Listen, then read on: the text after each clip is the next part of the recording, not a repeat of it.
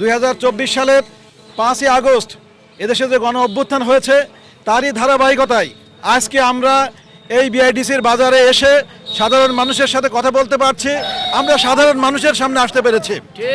আপনারা জানেন এই স্বৈরাচারী হাসিনা সরকার এদেশের সমস্ত প্রশাসনিক কাঠামোকে ধ্বংস করে দিয়েছিল এবং এদেশকে আবার পুনর্গঠন করার জন্য এবং এদেশের রাষ্ট্রের প্রতিটা কাঠামো আবার বিনির্মাণের জন্য আমাদের দেশনায়ক জনাব তারেক রহমান ইতিমধ্যে 31 দফা ঘোষণা করেছে।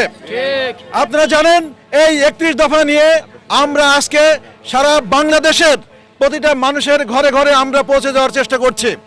এরই ধারাবাহিকতায় আজকে আমরা এসেছি এই বিআইডিসি বাজারে। এই 31 দফার মধ্যে কি কি আছে সেটা আমাদের এদেশের মানুষের প্রত্যেকটা মানুষকে বোঝাতে হবে, আমাদের নিজেদের বুঝতে হবে এবং আগামী 2026 সালের ফেব্রুয়ারি মাসে যে নির্বাচন হবে সেই নির্বাচনের ম্যানিফেস্টো হিসেবে এই 31 দফাকে আমাদের সাধারণ মানুষের মধ্যে উপস্থাপন করতে হবে। লিলি হালাল বিউটি সোপ, বিএসটিআই কর্তৃক সনদপ্রাপ্ত দেশের প্রথম হালাল বিউটি সোপ, দীপ্তিময় উজ্জ্বল ত্বকের জন্য। সারা বাংলাদেশের মতো কুষ্টিয়া জেলাতেও শহীদ রাষ্ট্রপতি জিয়াউর রহমানের আদর্শে গড়া দল, দেশনেত্রী বেগম খালেদা জিয়ার দল, জনাব তারেক রহমানের দল, আমরা ঐক্যবদ্ধ থাকব।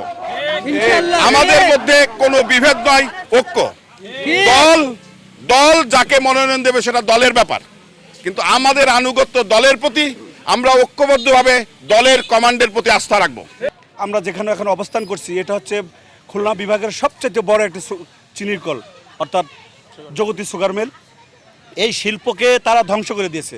আমাদের রাষ্ট্র কাঠামোর এই 31 দফার মধ্যে 15 এবং 18 দফার মধ্যে সুস্পষ্টভাবে উল্লেখ করা আছে আগামী দিনে আমাদের দল, বিএনপির দল, শহীদ প্রেসিডেন্ট জিয়াউর রহমানের দল যদি ক্ষমতায় আসে, 31 দফার মধ্যে যে রাষ্ট্র কাঠামোর উন্নয়নের মধ্যে সবচেয়ে গুরুত্বপূর্ণ যে শিল্পকে উন্নয়ন করা, বিশেষ করে চিনি শিল্প, বিশেষ করে খাদ্য শিল্প এবং গার্মেন্টস শিল্প, বস্ত্র শিল্পকেও আরও রেগুলাইজ করা, তারা এইগুলো যাতে আমরা দেশের বাইরে আমরা যাতে এক্সপোর্ট করতে পারি, এই দফার মধ্যেই আমাদের উল্লেখযোগ্য আছে।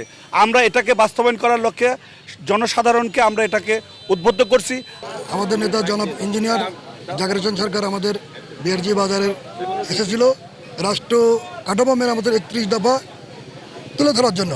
আমরা তার মাধ্যমে প্রত্যেকটা দোকানে বাজারে গিয়েছি এবং 31 দফা রাষ্ট্র কাঠামোর আসলে বিষয়টা কি, কেন 31 দফা পড়তে হবে, এই পড়াটা এবং বোঝাটার বিষয়ে তিনি নির্দেশ দিয়েছেন। আমরা আমাদের নেতাকর্মীদের মাধ্যমে এইটা প্রচার করব এবং আগামী দিন আমাদের নেতা বলে গিয়েছে ধানের শীষের টিকিট যেভাবে আমরা সবাই ঐক্যবদ্ধভাবে তার কাজ করব।